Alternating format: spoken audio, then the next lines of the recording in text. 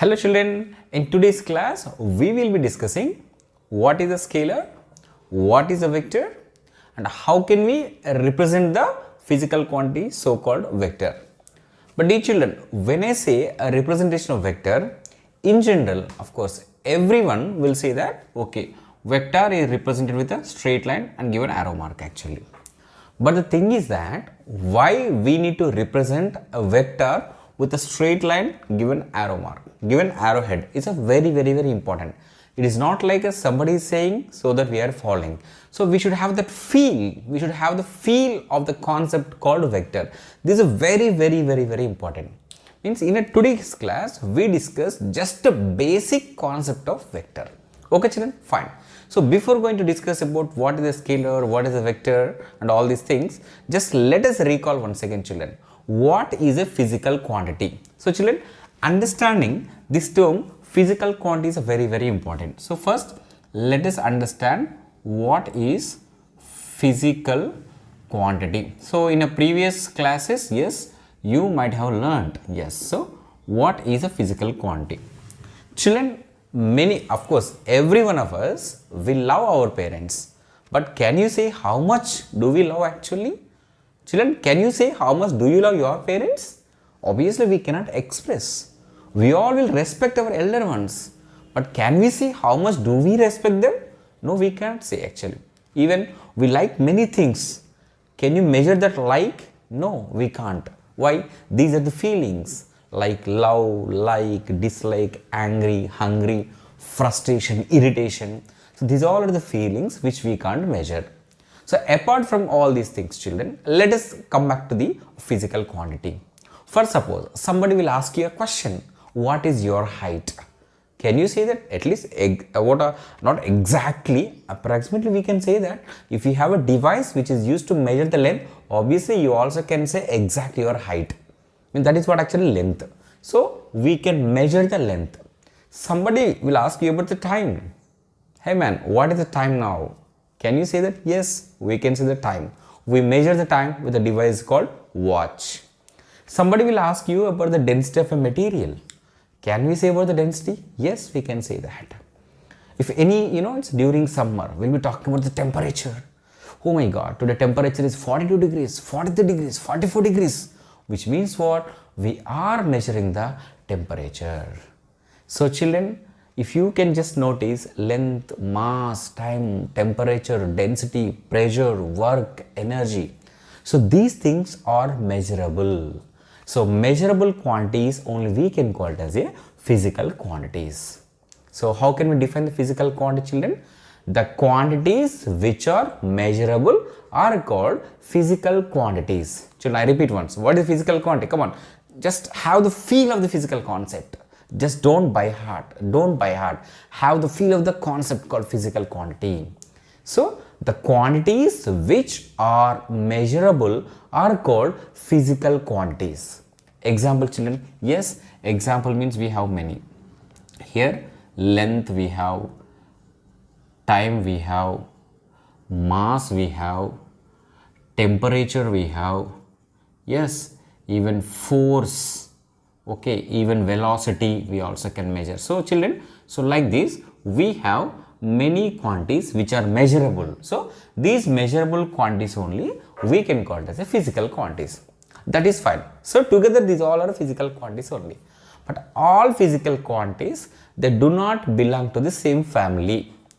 Then how can we differentiate these physical quantities? And before that, we have to think on what base are we going to classify these physical quantities.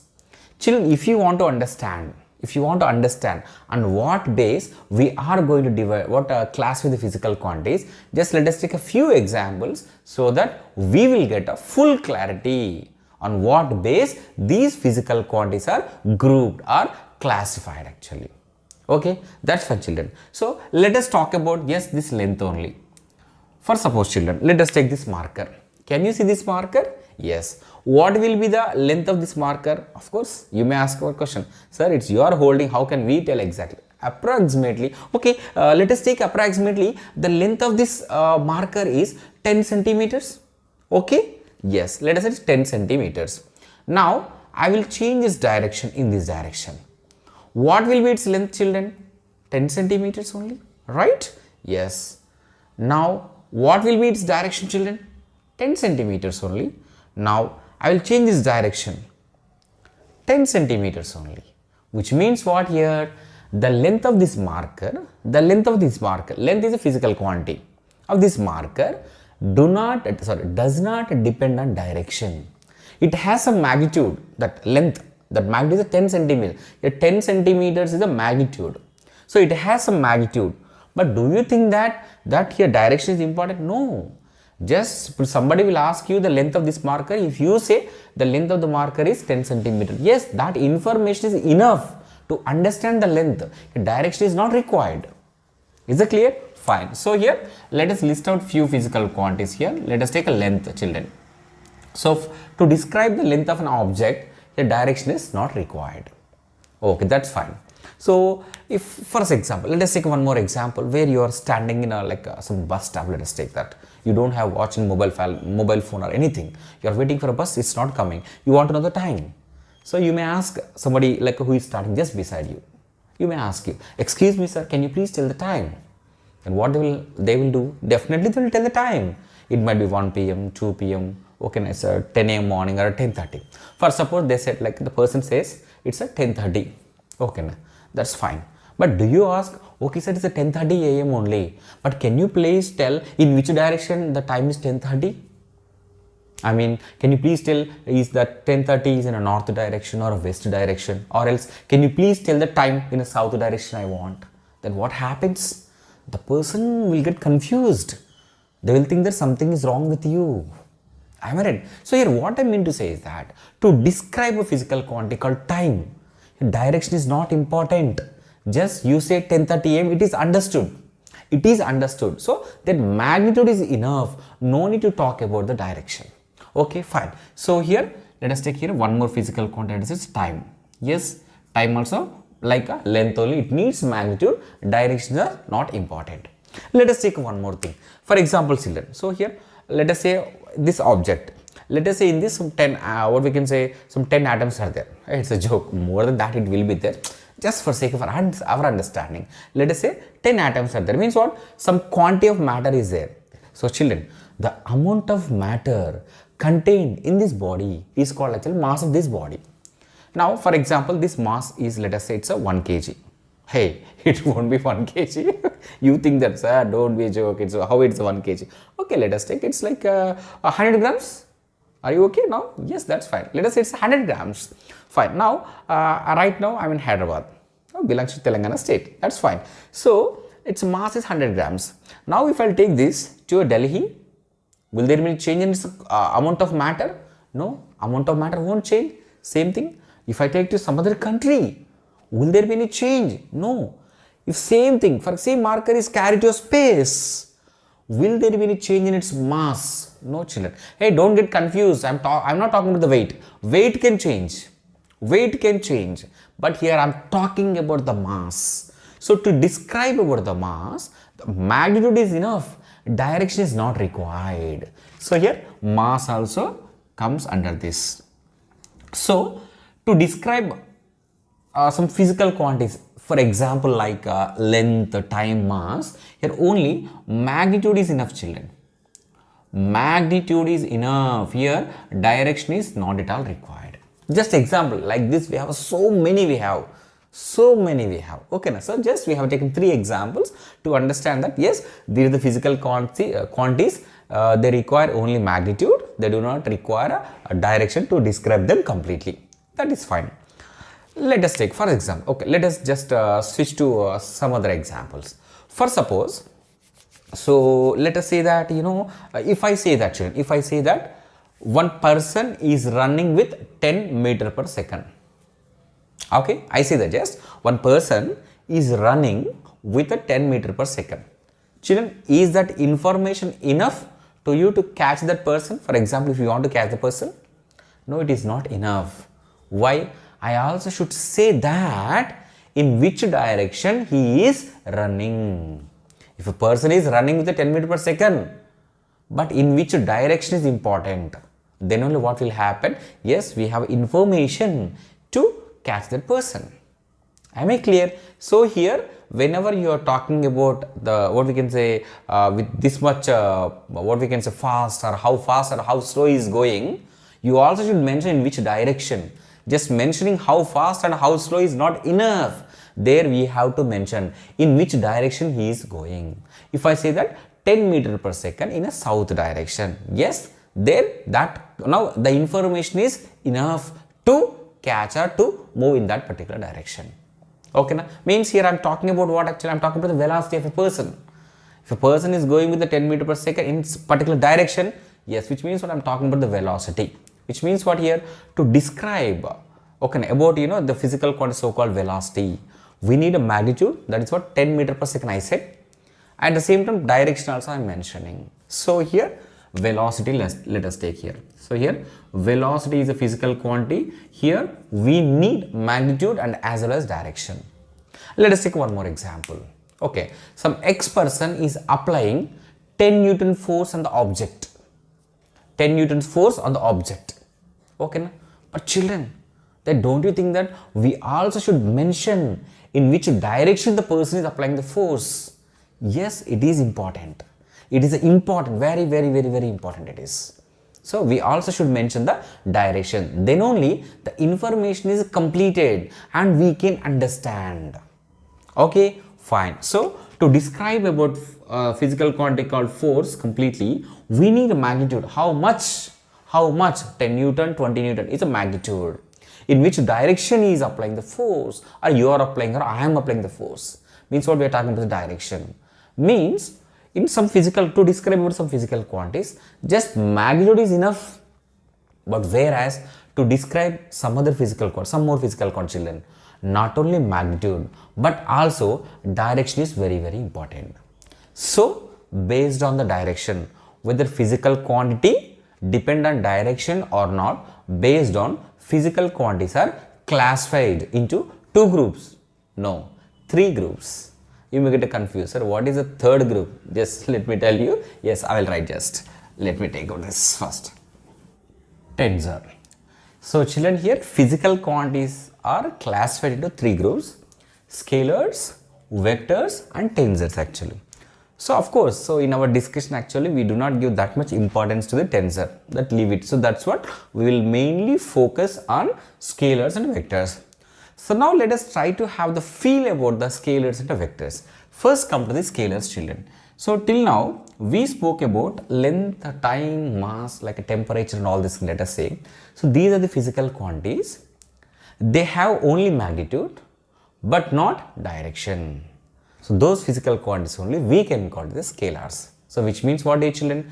The physical quantities which have only magnitude, but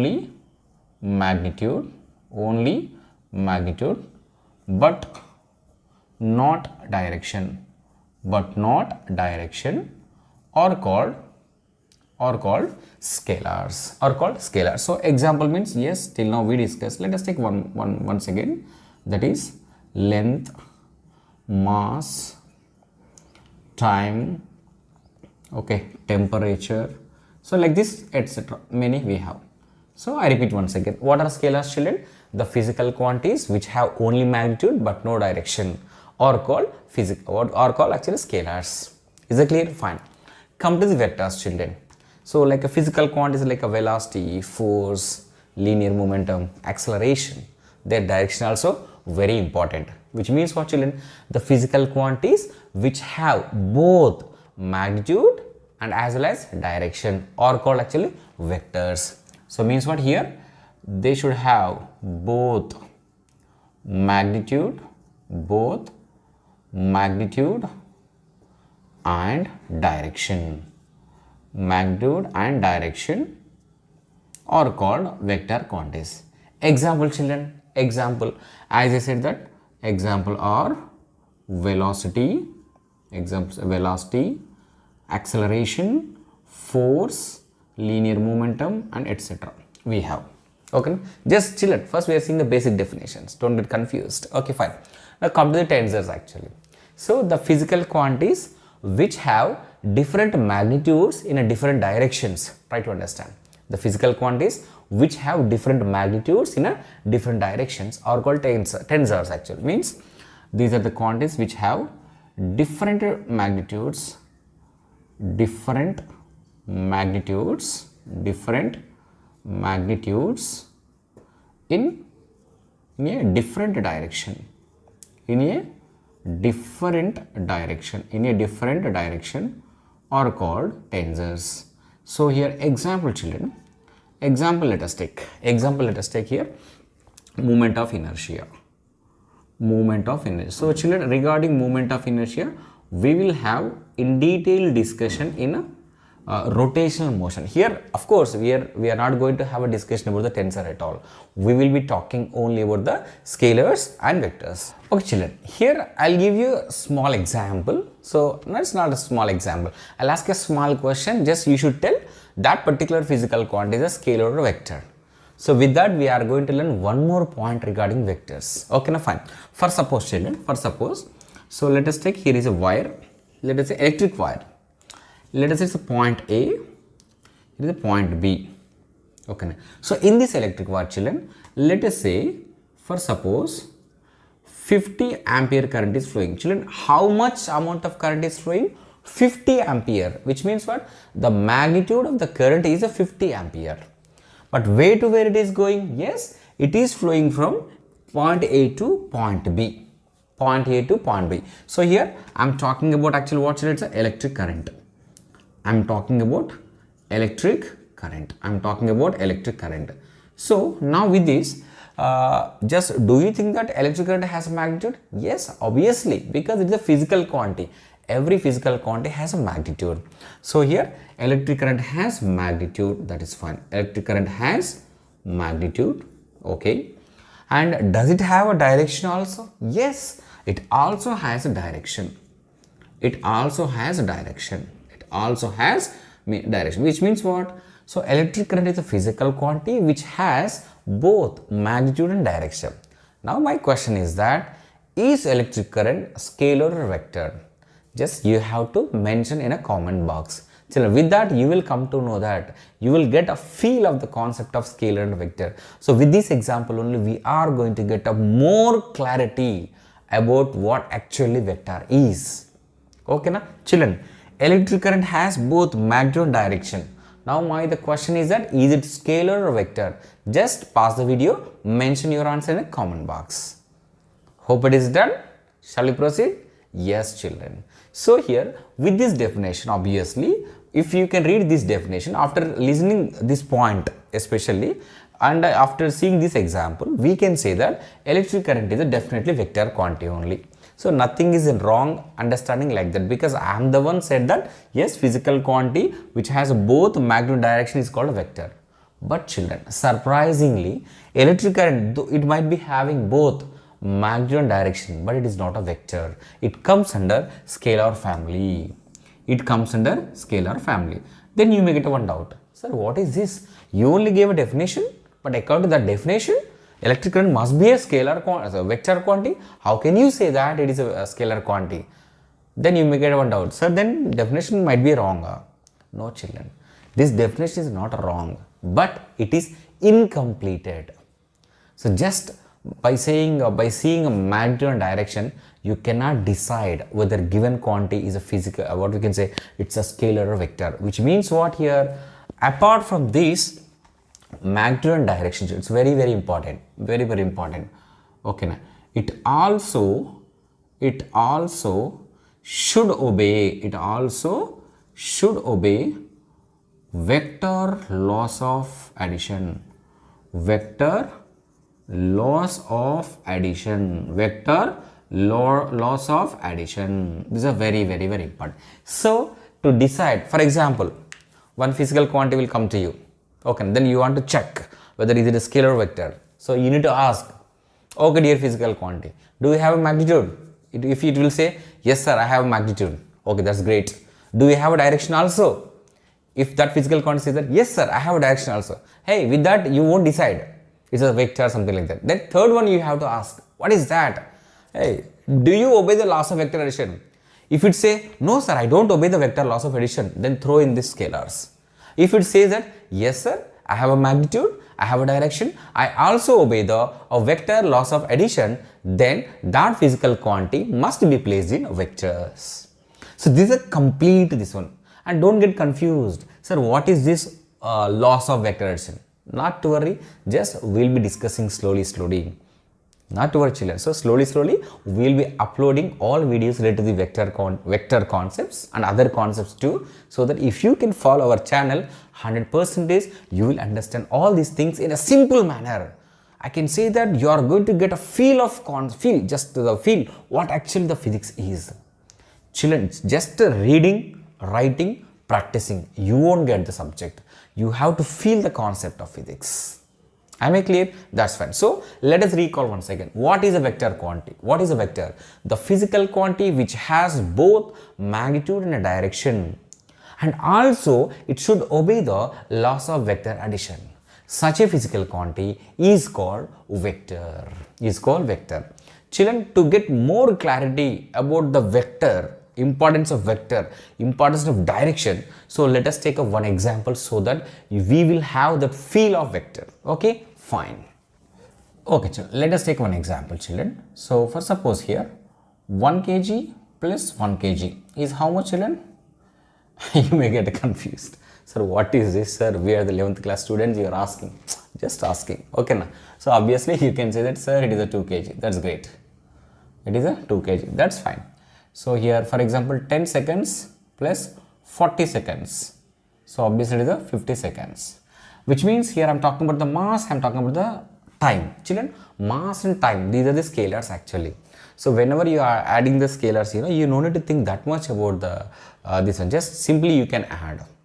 How you can add in generally the numbers, like that you can add because it's a magnitude. Oh, okay, now come to this one. One more example let us give you.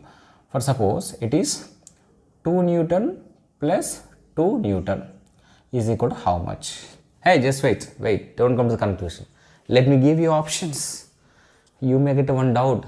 Sir, 2 Newton plus 2 Newton, why we need options? We will tell. Just wait. I'll give you 4 options. Just you can pick up one option and just keep in a comment box. Okay, now fine. Okay, children. So it's very important. Now so 2 Newton plus 2 Newton is equal to how much? Just pause the video, comment your answer. Okay, 3, 2, 1. Okay, so children, here in general, so some, I'm not talking about all, a few students, they might have come to the conclusion by saying that, yes sir, 2 Newton plus 2 Newton is a 4 Newton. Yes, it is right. I'm not saying it is wrong answer, right? And some of you might have come to the conclusion by saying that, sir, it might be a 0 also. Okay, you're also right. I'm not saying wrong. But what is my answer, even children? Surprisingly, children. Here, it is right. It's 4 are possible. 4 are possible. Oh my God, how it is possible? Here we have only one option. Yes, because these are the scalars. But vectors, you cannot think about the magnitude. You also should think about the direction. So I say 2 Newton per 2 Newton. But how these 2 Newton forces are acting on the body is important. For suppose, children, here is a body. So here, for example, it is a 2 Newton and here is a 2 Newton. Then what is the net force, children? 0. Yes or no? Yes. So option A is right. So here, in a second example, here 2 Newton is acting and one more 2 Newton acting in the same direction. Then the net force will be 4 Newton. Net force will be 4 Newton. So let us take a third case, children. For suppose here 2 Newton force is acting in this direction. One more 2 Newton force means, if you can see, they are perpendicular to each other, means 90 degrees. So then here we will get 2 root 2 Newton. You may get a doubt, sir, how can we get this 2 root 2? That is what we are going to use the parallelogram of law of vector addition. That is a vector rules we will use. Yes, just wait and see next videos you will get. And here it is possible when these two vectors, for example, it is a 2 Newton and one more 2 Newton force acting such that it is a 60 degrees. Then this answer is possible. Children, like this, how many answers are possible? Yes, I can say that there are infinite answers are possible. Why? As you go on change the angle, you can't change 30 to that 60, right? 30, 30.1, 30.2, 30.3 means you go on changing the angle between the two forces, you will be getting a different magnitudes. So here direction, children. So at what direction that particular vectors you are adding is a very important. So please try to understand, children. So to add the scalars, you no need to think about the direction. But whereas to add the vector quantities, we must have the direction. We must think about the direction. Got the feel of the vector, children? Yes, that is the importance of vector. So very important. Am I clear? So the physical quantities which have magnitude and a direction, which also should obey the law of vector addition. So here, what is that law of vector addition means? Parallelogram of law of vector addition. So resultant magnitude of the resultant vector is going to be, for example, p square plus q square plus 2pq cos theta. This is what actually we are going to use. Of course, not to worry, this we will derive everything, we'll discuss a special case also. Is that clear, children? Just copy this example, just we will proceed. So children, now we discuss the representation of vector. That is what, how a vector can be represented. So many of you may think and get doubt, sir, why to waste time to represent to learn about the representation of vector. So we all know that yes, it can be represented like this. Okay, na? Yes, it's a straight line with an arrowhead. Okay, it's right, I'm not saying it's wrong. But why are we using that actually? Why to use that only to represent a vector? It's very important, children. So we as I said, that we should have that feel. It's not like a simply just take a line and give a just an arrowhead. So that is the representation of vector. It is right only, but why are we using this actually? What is a information behind it? Yes, that is what I'm going to tell you now. Okay, come on, children. It's a very important. Okay, look at here. So for that, children, so let us think about the few terms. First one, let us think about the line, children. So let us think about the line first. Children, what is a line? What is the line? So a group of collinear particles is called line. Okay, here we are not going in depth of mass, actually not required, line. But okay, line means it will be like this. Okay, now children, for this line, will there be any fixed length? Can you say fixed length? It's like a 10 centimeters, 50 centimeters? No, you can't say that. Means it can be extended here, it can be extended like this. Right side, it can be extended left side. So there is no fixed magnitude. And can you say in which direction it is? It is there. You can't say that. You can't say it's a north or south or east or west. So for a line, there is no fixed magnitude and there is no fixed direction. Got this point, children? Okay, look at here. So here let me write about the magnitude. Just see, children, let us take a time, no problem at all, but try to have that feel. Okay, magnitude and direction. Magnitude and direction. Fine. Now for a line, is there any fixed magnitude? No. So there is no magnitude for line. Is there any fixed direction? No, there is no fixed direction. Is it clear? Fine. Now I want to talk about the line segment. Try to understand, children. What is that? Line segment. Line segment. What is the line segment, children? What is the line segment? Some segment, some portion on the line is called line segment. Means what? For example, let us say it's a line. Here I will take some portion from here to here.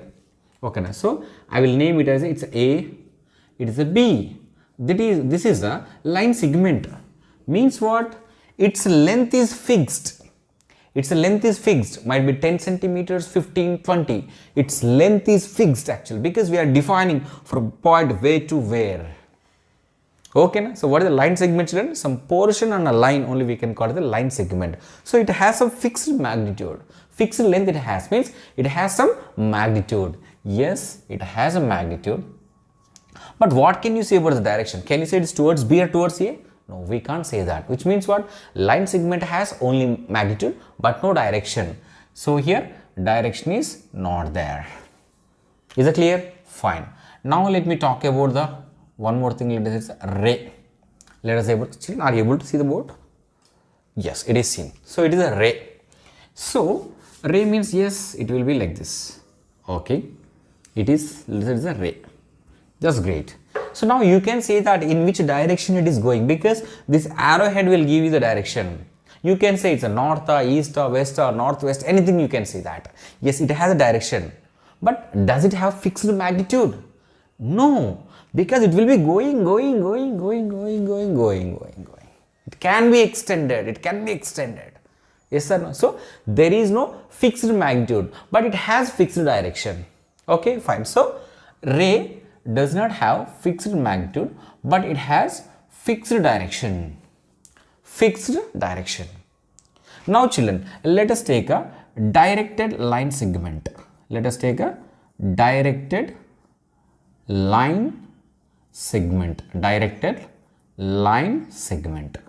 Means what, children? Directed means what? It should have some direction. Line segment means what? Some portion, some particular, it's exact the length. It is defined, because already we learned about the line segment. Line segment has a magnitude but no direction. Mean some portion we are taking on a line and it is given some direction. So for suppose, let us say it's a point A to point B. Let us say point A to point B. So it has a fixed magnitude, line segment, and directed. So it has direction. So children, it's very important. So directed line segment has fixed magnitude. It has fixed direction. Yes, this is a point we need actually. Children, are you able to understand?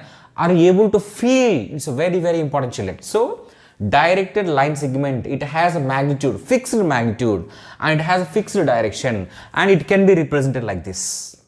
Children, mathematically, directed line segment only, we can call it as a vector.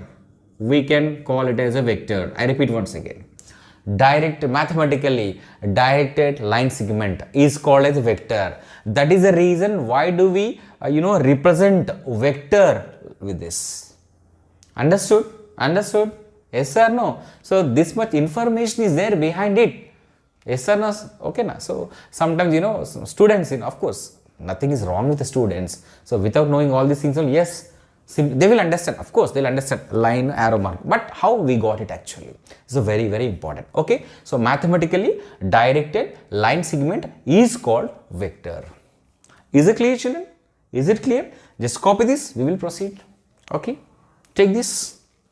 Got it? Yes. Fine. Now let us see. So now just we got to know that how can we represent a vector. So directed line segment is used to represent a vector. So how it can be like this. So let us say from here to here, let us say. So here, children, here. So here we can see three parts. So this one, let us say representation. Let us say vector A. Okay, now let us some vector. Some vector we don't know is a force vector, velocity vector. It might be, can be anywhere. In general, we are talking. In general, I'm not mentioning particularly here. It's in general we are talking. Okay, now fine. So this is tail. This we can call it as tail. Okay, this we can call it as a head. We can call it as a head. Okay, so it is a line simply. Is it clear? Fine. So and here let us understand. So this what we can say directed line segment, we have to see as a two parts actually. So why we have to see as a two parts? Because vector has a magnitude, it has a direction.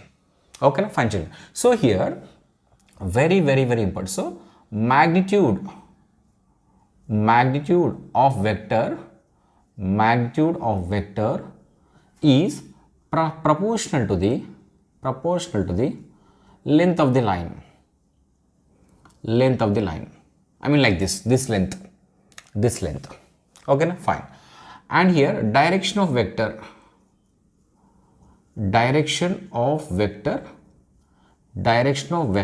is given by this arrowhead. So it is given by an arrowhead.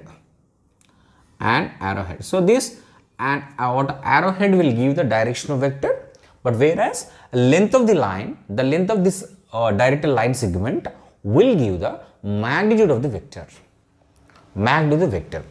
So let us see. So before that, children, for example, let us say it's some vector. So let us, children, sometimes we use the letters to represent vectors. We can use vector A, vector B, vector C. But children, so whenever you are using a vector, so we can use mostly capital letters, a given arrow mark actually. Given arrowhead is placed on his head actually. Arrow symbol is placed or on its head actually. So which represents actually it has a direction. With this it is understood. And some textbooks, some bold letter also they will use like this. They will use bold letter. They'll use bold letter. Is it clear? Bold letter. But see, it's too difficult to us every time. So can we use, is it possible to write every time as a bold letter? No, it is not possible. So generally we don't go for this. We'll go for this one actually. Means any letter just on its head, if it is placed like arrowhead is placed, then you have to understand that yes, that is actually vector. This is how actually we can represent with a, what we can say, a directed line segment. And if you are writing in terms of letters, either this or this we can use. Okay now. So as I said that magnitude of vector is proportional to the length of the line. So generally children, of course every time we don't follow this actually, but let us have the feel. For suppose children, if I want to represent the force vector, for example, let us say 2 Newton force is acting in a east direction, let us say. How much children? 2 Newton force is acting in east direction. Then how should I represent? So for that I will take a scale. For example, 1 centimeter length I will take as a 1 Newton. 1 centimeter length I will take as it's a scale we can take. So when we draw graph also we can take it. So similar to that. So as I said the 2 Newton. So then I should draw 2 centimeters. Children, it might be more than that. Because you have to see that that's what I'm wanted right now. Wanted I'm drawing a bit bigger line actually. So don't get confused. So what so understand the feel actually. So 1 centimeter is equal to like a 1 Newton. We are taking as 1 Newton as a scale. So if I want to say that 2 Newton force is acting in a east direction. So I should take a 2 centimeters. Try to understand. 2 centimeters I should take, and it should be given direction towards the east. It should be given to, so it is a 2 Newton. I should say 2 Newton. But if somebody will say that, sir, 3 Newton force is acting in east direction. 3 Newton force is acting in east direction. What I should take? So till here to here, if it is a 2 centimeter, let us say. So 1 centimeter we should take extra. So that is a 3 Newton. So that's what I said here. The magnitude of the vector is proportional to the length. As you are representing with a long length, which means what? Magnitude is more. If it is not a long line, it's a very small one, which means what? So less magnitude you are talking. Is it clear, children? So here the length of the line indicates the magnitude of the vector, but whereas this arrowhead will give you the direction of vector. Is it clear? So this is how actually we can represent and we can take. So this is what generally we are going to take, directed line segments, or whenever we are going to talk about the addition of vector, subtraction and multiplication, there's a vector product, represent, especially graphical representation. Whenever we have a discussion in terms of graphs, graphical representation of vector, there we will be using a directed line segment. Is that clear? Fine. So children, let me tell you one more thing. So whenever we are writing like this or like this, it is understood that it is a vector only. But magnitude, how can we represent? For example, so it is a vector A. For example, let us take this force only. Let us take this first force only. So here it is a force is 2 Newtons towards east only. But if I want to represent only magnitude, so this will be the force magnitude. So every time we won't write this mod also symbol, we don't write. So directly I can write simply F. We know that F is a force, we know that, but without this arrow mark, if we are writing, so it is understood that it is just magnitude only. Magnitude is a just number, which means what? Scalar. It's very important part. So the magnitude of a vector is a scalar only. The magnitude of vector is scalar. Why? Magnitude is a just number. It has no direction. For example, 20 Newton force is a vector. If it's just 20 Newton. So I am not mentioning any direction. That 20 number is there, 20 times than that, what we can say 1 Newton. The 20 is there, just is a magnitude. Magnitude is a number. Number is what? Simply scalars. All numbers are scalars only. Is it clear, children? Fine. This is how actually we can represent the vectors. Okay, fine. And here, two more points we will learn and we'll end the session. Okay, fine children. What is that? For suppose children, here, for example, here, so I am drawing like this. It's like a 10 Newton force is acting in east direction, let us say. Yes, it is east only. In east direction adding. Now the thing is that this vector, for example, I am drawing here exactly. I am drawing like this here. So it's a 10 Newton only. If this vector, for example, first let us say in this position it is drawn. Next it is taken to here. Next I am taking to here, let us say. So 10 Newton. The thing is that, can it be done like this? First of all, I am shifting the vector. First here, here, here. Let us say it is shifted to, first it is placed at A. It is shifted to point B. It is shifted to point C. Can it be accepted? Is it accepted shifting like this? Means children, whether it is accepted or not, it depends on whether we are changing the magnitude and the direction. That's very important. Children, what is the magnitude here? 10 Newton. In which direction it is acting? East direction it is acting. Okay, so 10 Newton force is acting in east direction. But when it is shifted here, is there any change in magnitude? No. Same magnitude, 10 Newton, same direction. Okay, fine. But in this case, same magnitude, same direction. So it is accepted. Which means what, children? Which means, for example, same this one. For example, same force vector, 10 Newton. It is not accepted. Why? Magnitude might be same, but you are changing the direction. You are changing, it is not accepted. So it is accepted, it is accepted, it is. These three are same only. Which means what? It's very, very important. Just make a note of this. So any vector can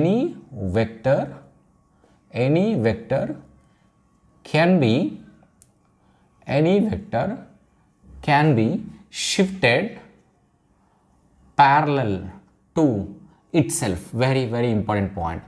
Parallel to itself. Children, if you can understand this point, then only you can understand triangular laws of vector addition and parallelogram of law of vector addition. Even polygon law of vector addition also. Those concepts completely depend on this point. Means this is a key point to understand those important topics. Okay. So here any vector can be shifted parallel to itself. Which means what? Without changing direction, without changing magnitude, you can change its place. It is possible only when it is shifted parallel to itself. Is it clear? Just make a note of it. Yeah.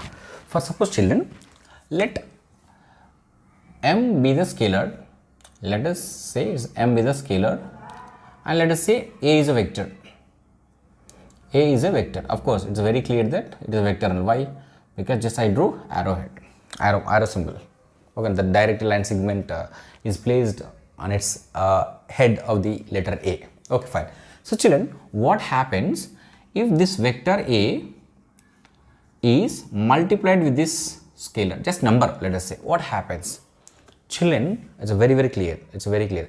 So vector means it has one particular direction. It is showing some x direction, let us say. Let us say A is showing some x direction. When you can multiply with a number, okay, like a scalar, let us say, what happens? There won't be any change in this direction. But the magnitude is increased in that direction by m times. Increased by m times in that particular direction only. So let me tell you example. For suppose, so 10 Newton force, okay now, 10 Newton, let us say, here is a object. Some 10 Newton force is acting. In which direction? Let us say in a south direction it is acting. Towards the south it is acting. Towards, sorry, it is acting towards north. It is acting towards the north, let us say. For suppose this force vector, let us say this force vector is multiplied with a 5, let us say 5. Okay, then what happens here? F is equal to 5 into 10. This will become, it is a 15 Newton. But direction is not going to be changed. Same north only, but this will become 50 Newton. So representation, further we have to use a big lengthy line. So that much we don't use, children. Don't get confused. For example, you are saying 1 centimeter means 1 Newton, 50 means 15 means should I take a 50 centimeters line, sir? So it won't fit in my notes. It's not. See, children, when we are learning, these things will follow, but actually when we are doing, irrespective of magnitude, because it is very clear, it is very understood. So we have the feel of the vector. So every time we don't take for example, 1 Newton means 1 centimeter, 10 newtons means 10 centimeter. That much is not required actually. Okay, na? So try to understand. So what happens? So whenever any vector is multiplied with any scalar, let us say it's m, example since m is a scalar, then what happens?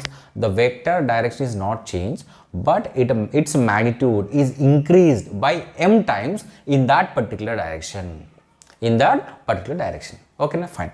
So children, these are the basic concepts. Some of you may get doubt, sir, we all know very well, sir, we know very well, and you may think one that, sir, are these things will be asked in examination? Children, so I am not discussing just only for the examination here. It's not that whether it will be asked in a mains exam or a NEET exam, in a board exam, it is not that. So my point is that many students are learning question answers without having the feel of the vector actually. And they are using the, what we can say, they are using the symbol, representative vector, this one, like this. So line with the arrowhead, but they don't know the information behind it. That is a directed line segment. So from there only actually we got, this is nothing directed line segment. So we should understand that actually. So we should have that feel.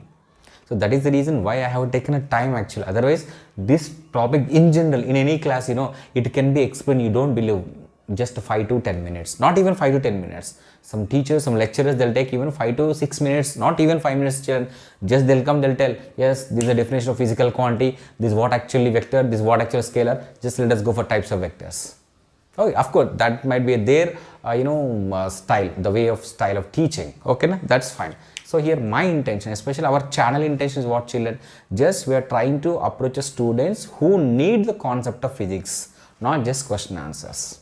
Okay, children, fine. So in this class, just we cover the basic concepts, children. So in next class, in immediate class, we will be discussing about the types of vectors. Okay, children. Thank you so much. All the very best.